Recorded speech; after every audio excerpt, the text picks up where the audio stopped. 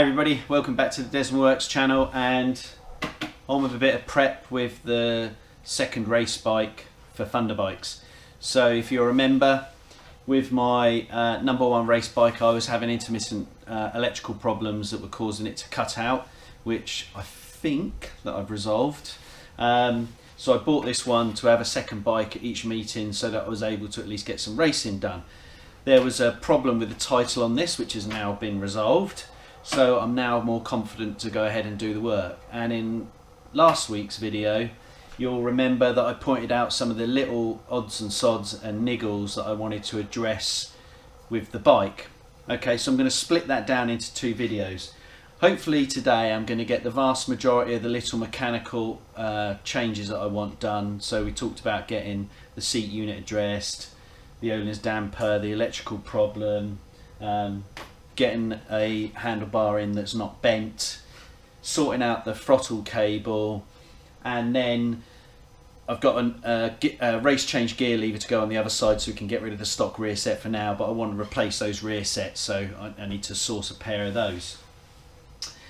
I'm going to do a second video that I'm going to dedicate to doing the geometry on the bikes. So a few of you have put down in the comments on the last video that you'd like a little bit more in depth on how you go about changing the geometry on a Ducati. So rather than just going ahead and showing you what the changes are that I'm doing, or I do to bring the bike into a place where I like it to feel, I thought what I might do is take the time to actually explain the impact of each change as it's made on the handling of the Ducati. So rather than just racing to putting in my ride height, my front ride height with the forks, getting the steering angle into the position I liked, I thought what I'd do is I'd explain each of the changes, why you do them, and the impact it has on your bike's handling. So I'm going to put a specific video on that point. Okay, so let's talk about what I'm going to get done today. Okay, so first off, I've put the battery on the bike so that we can fault find. Got the multimeter ready to go. I've got the seat bracket so that we can put it over to a standard seat bracket.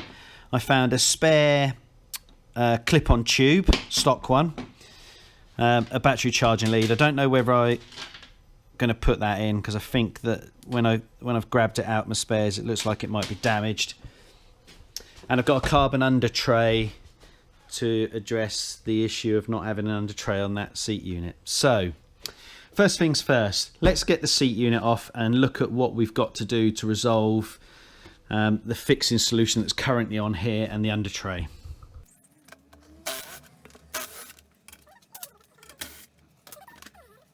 Okay, so seat unit is off and it's held on these big plastic bungs is the best way to explain it. Same with the spacer piece there. It doesn't have the correct mounting points for the exhaust, which I didn't notice when I took this apart the first time when I did the engine change. I'm going to have to look through my spares and see if I've got some of them, because I think that means that the exhaust might be sitting up slightly too high,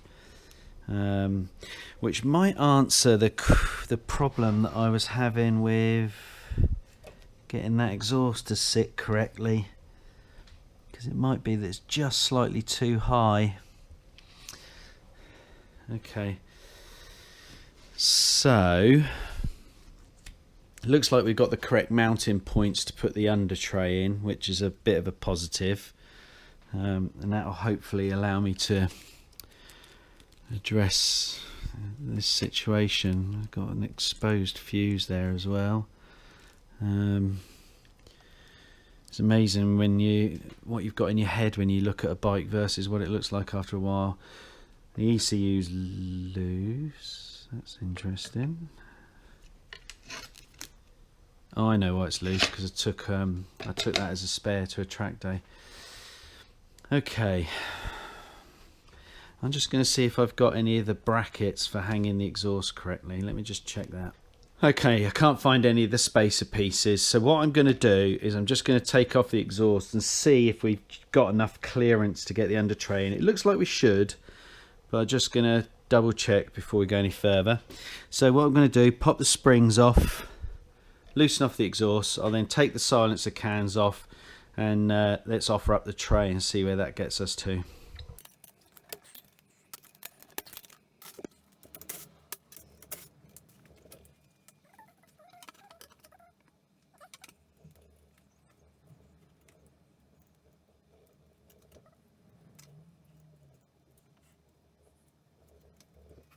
Right, just put some well nuts in, just so that we can secure the carbon tray. It looks to fit okay. Let me just go and stick that on now.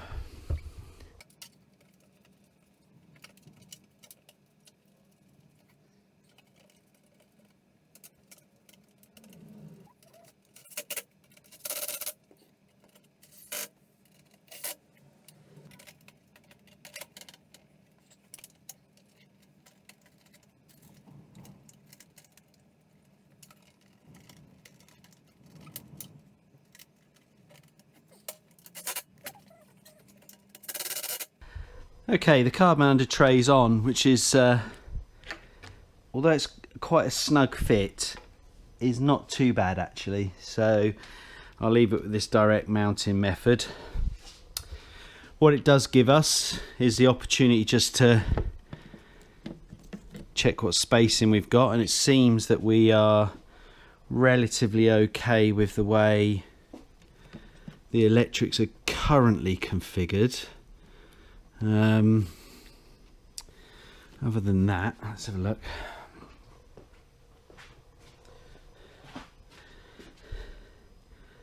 See that cable's bridging over the top there. So I'm just going to disconnect that and rerun it so it goes underneath, because it should sit here. Let's do that.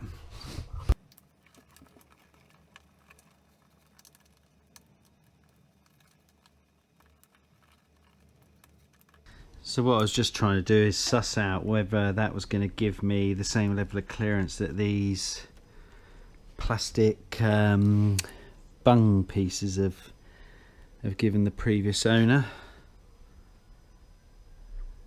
I don't think that should be too much of a problem. So what has been covered up is the mounting holes in the seat unit for this little bracket. So I think it's only held on by these 4 bolts. I'm just going to quickly pop them off, see if we can easily find the securing arrangement.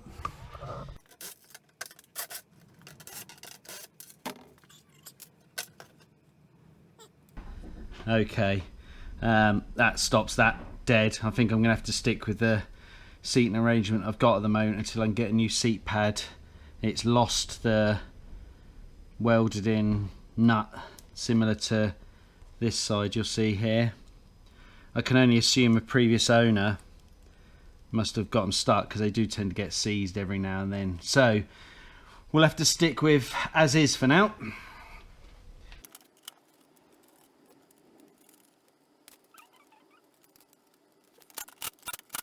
What I'm going to do is just leave the seat unit off for now, because I want access to the shock when I just check where we are settings wise for that. And I've still got to secure down the ECU, and we might need access to the ECU for fault finding. So seat unit can live there. Okay, next little job we can do, let's turn around this bracket so it's in the correct place on the steering damper. So what I need to do is loosen the bracket there, take it off of there. Should be able to slide the steering damper off. That'll give me access to hopefully just swing this round, and then we'll just replace that back in.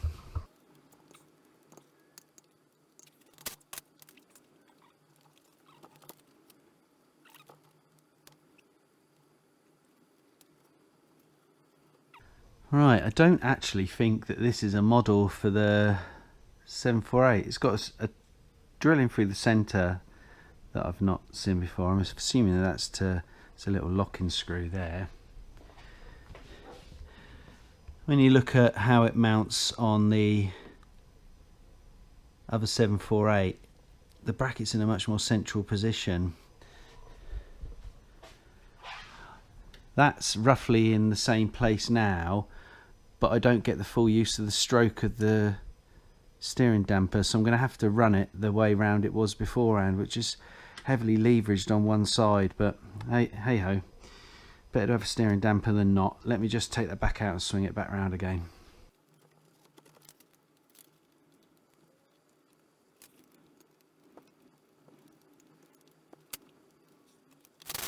Okay, steering damper put back to the way it was. A little bit disappointed with that.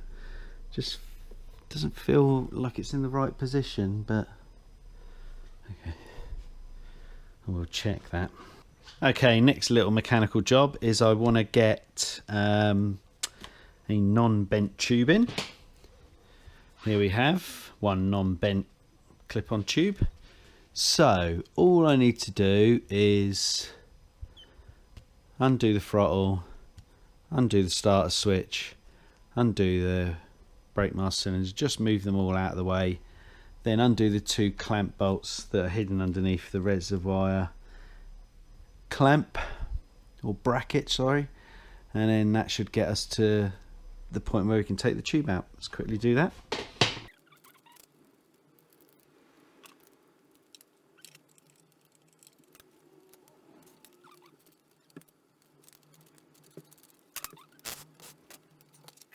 So tube is off, and you can see, yeah, it was definitely bent. So that's for the scrap. And I think whatever was that bar end beforehand has got its bolt left in there.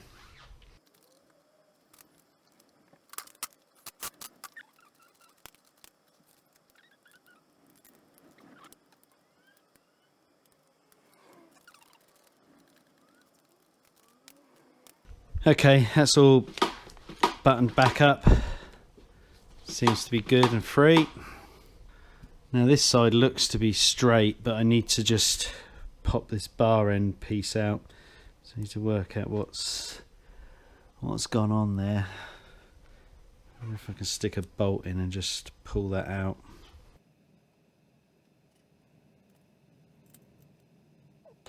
Okay, whatever that bar end type assembly was that was on the clutch side was just like a rubber bung with a nut behind it, so I've managed to pop that off. I just need to buy a new plastic bar end to be able to go into there. Right, my next little job I want to do is get rid of the standard road shift and stick in a race shift. So all I need to do is undo that bolt there, take this whole assembly off, then we'll stick the race gear lever in.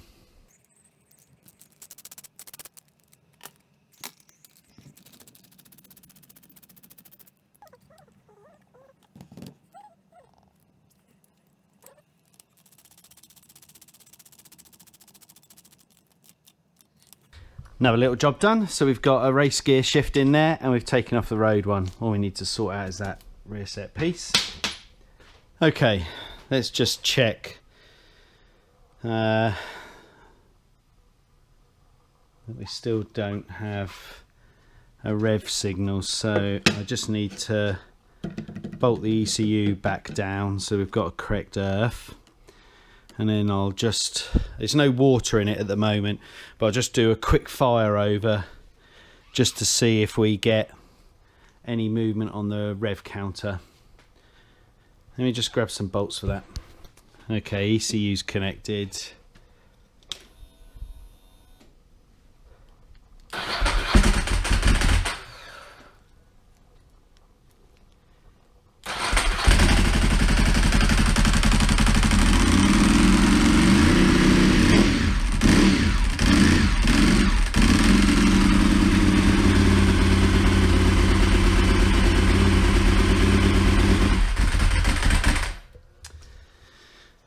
Okay, no need to run it any longer than that. We still do not have a signal going to the tacho, which is a little bit frustrating. So what I'm going to do, I believe that the black should be an earth and the red should be a power, which is the First pin should be earth, third pin should be power. Let's just check those. Let's just do some basics first. So I'm going to use a fluke on the diode check-in setting. So if I've got continuity in the circuit, I should hear a noise. Do the earth first.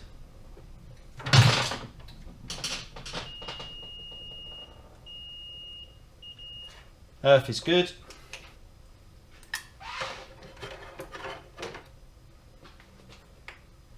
Now power, I should be able to go between the power connection and the battery positive.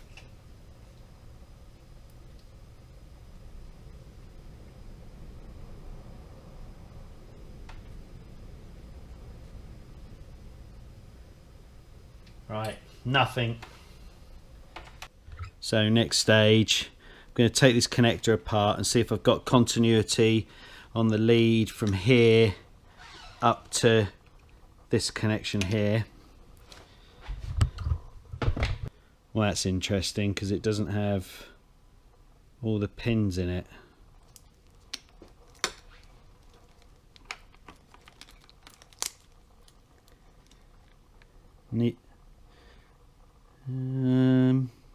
Neither does that, but more importantly, we have 1, 2, 3, 4, 5, 6, 7 connecting pins inside that connector.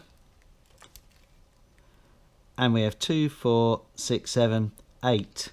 The reason I noticed that is because there's one errant one up the top there, and it's missing in this plug.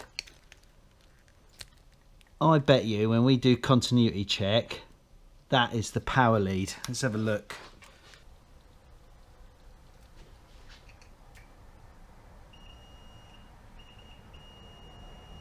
Yeah. Interesting. Right. That creates me a problem because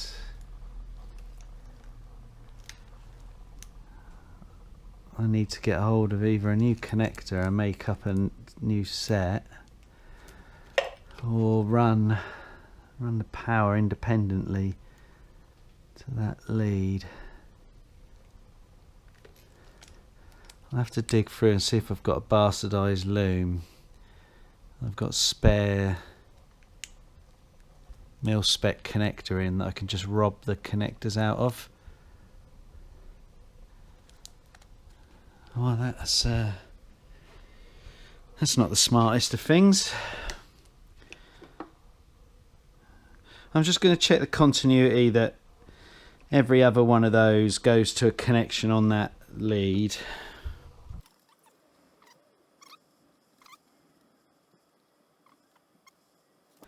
Okay, so every one of those connecting pins inside there, minus the one that's missing a wire, has a corresponding connection in this group of 7, which then go to this group of 7.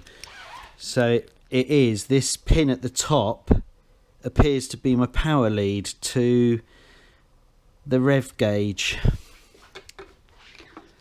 because I'm pretty sure that the green and grey is the rev signal itself. Yeah, so that goes into the centre there. You've got an earth, power, then I think this blue and this red lead at the back there is just for a lamp. So obviously the red that as well would be going into the back of the oil temperature gauge, the water temperature gauge as well. So that'd be why we're getting no power on the gauges at all, because I think it splits in here. Okay.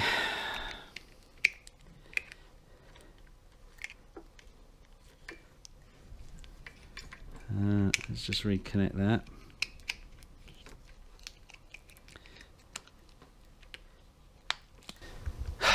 So missing a lead. Power, power, power. Is there a way I could double check that I wonder if I run power up to there from the battery, would it power everything up? Let me get a wire. Okay, so I've run what I'm hoping is going to be a jump lead into the power for the lamp, which I'm hoping is connected in here to be able to also power the rev counter. I've got a lead here, but what I'm going to do is I'm going to start the bike. Once it's up and running, I'll then touch that against the positive lead to see if the gauges power up. If they do, that's my problem. If not, I've got to do a bit more investigation work.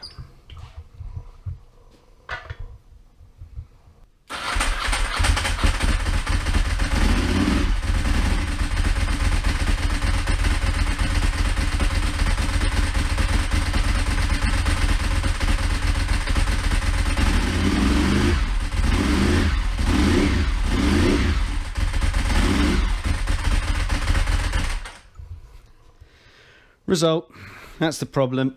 We're missing the power lead in here.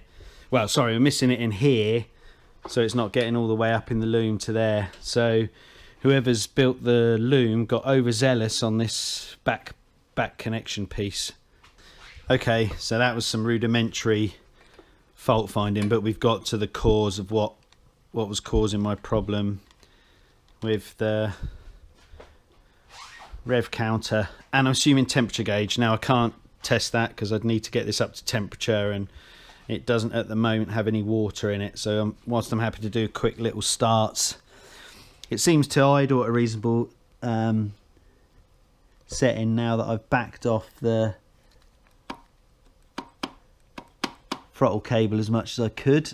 So that will just need me to reset that once I've got it running, and I can leave it running for a period of time, but we seem to be in a reasonable position. So really disjointed video. On the plus side, I've got a carbon undertray in, which has sorted that out. We can't sort out putting the seat in the correct mounting position until I've got a seat that I can bolt it to, so that's a bit of a frustration. Let's just put that back there for now that I've sorted out the electrical problem. The electrical problem being that we are missing a power lead pin in the female side of this mil-spec connector. So I either need to get hold of a pin or get hold of a whole new mil-spec connector to be able to rewire that in correctly. We've changed out the bent clip-on. We investigated doing the steering damper, but it appears that I can't put it round the other way. And got race shift lever in place now, which will be good. So the only bit that I've not done that I was hoping to do that I mentioned in the last video is repositioning this power commander, but I had ordered a little like mounting plate, a piece of carbon fibre, but it hasn't turned up as yet because I was either going to make a bracket that came off of the clock's bracket to the side and just bolt it onto there, or make something that I could tie wrap to the front of this stay and just put it in there. So that still needs to be done, and I'm waiting on the new fuses for that as well because I was going to make a new carrier. So bearing in mind that I've still got some wiring repairs to do, I'm not going to mess around getting the wiring all behind the battery box as I had talked about previously, because I'm going to be disturbing everything again anyway. Now the other job that I'm not going to do that I said I was going to do was sorting out the positioning of the exhaust pipe. I now think that that's as a direct result of the fact that we're missing the correct mounting bracket up the top on the silencer.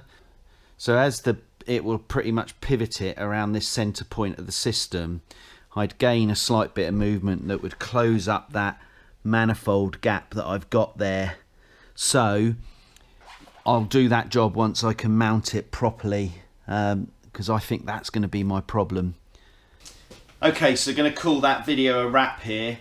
So there's a couple of little pieces I still need to get on and do. I still need to mount the power commander I need to sort out the power lead connection and what I'm going to do to resolve that, and I've still got to sort the exhaust. They're all little minor jobs and I can just do those off a camera.